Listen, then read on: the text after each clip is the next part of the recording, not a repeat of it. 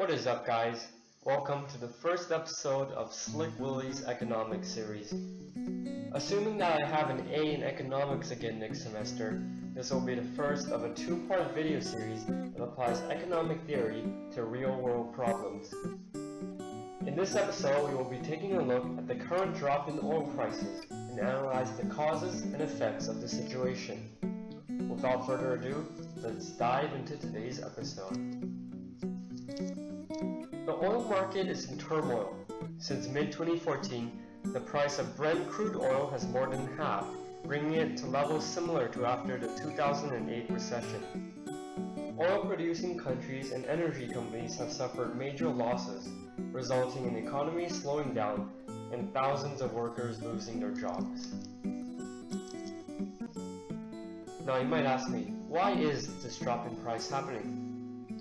The reason is that, as world economic growth slows, especially that of China, the world's largest consumer of energy, demand for oil and gas has slowed as well. This has caused oil demand to shift left, lowering the equilibrium price and quantity. At the same time, US oil production has increased dramatically due to an increase in fracking. This technique, which pumps highly pressurized liquid into the ground to allow natural gas and petroleum to flow more freely, has caused oil production to increase greatly, driving supply to the right and further decreasing the price of oil. Let's take a look at the supply and demand graph of this situation. As seen here, the horizontal axis is quantity, while the vertical axis is price. The demand is downward sloping, while supply is upward sloping. In this situation, demand decreased due to the world economy slowing down, which decreased prices as seen here. Supply also increased, which further decreased the price of oil. These two factors combined has caused oil prices to decrease dramatically. So throughout all this, you might be wondering, what is OPEC doing about it? Just for you guys that don't know, OPEC stands for the Organization of the Petroleum Exporting Countries, and is an intergovernmental organization that regulates most of the world's supply of petroleum. In the face of decreased demand, most of us would expect OPEC to decrease production. However, they have done the opposite, and have kept production at high levels.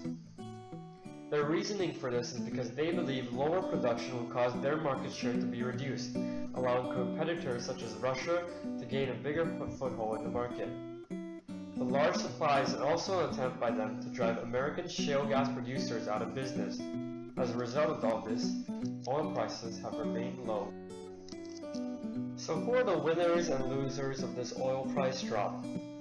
The United States Energy Information Administration said that the price drop will allow households to save $750 this year on average, while also helping lower income groups as fuel costs take up a majority of their income.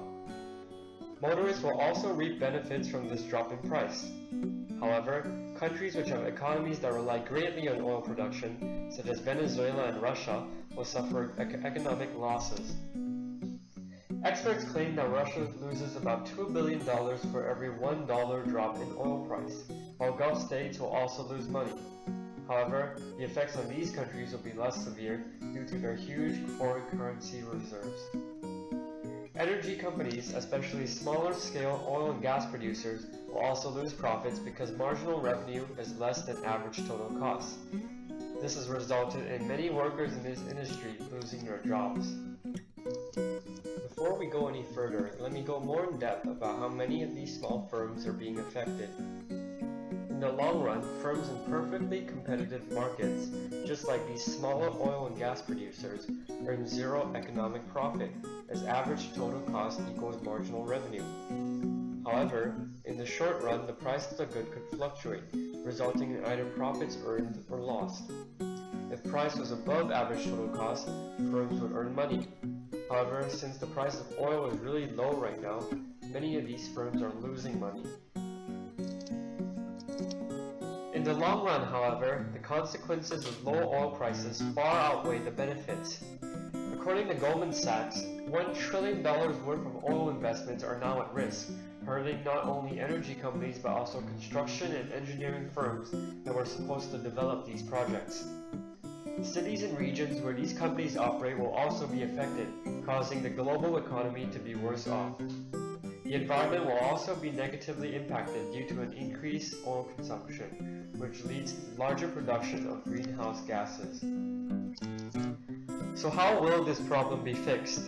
How can oil be reverted to its original price? The simplest way would be for OPEC to decrease production, causing supply to fall and driving the price back up. This will allow oil-dependent countries and regions to get back on track and will contribute positively to the global economy. Some economists claim that oil prices are already rising naturally despite still being very low. They point out that India's increasing imports and South Korea's recent $10 billion economic stimulus package could cause demand to increase. They also point out that despite China's economic slowdown, it is still a huge importer of oil, and prices could steadily increase as a result. After watching this video, I hope you have learned that it should be in our interest for oil to return to its original price. Even though we are enjoying the savings lower oil prices bring, these benefits are only temporary, and consequences in the long run could easily cancel out these short-term rewards. A return to original prices will lead for a healthier world economy. Thanks for watching the first video of Slick Willie's economic series. If you enjoyed this video, be sure to hit the like button and click subscribe below. Till next time.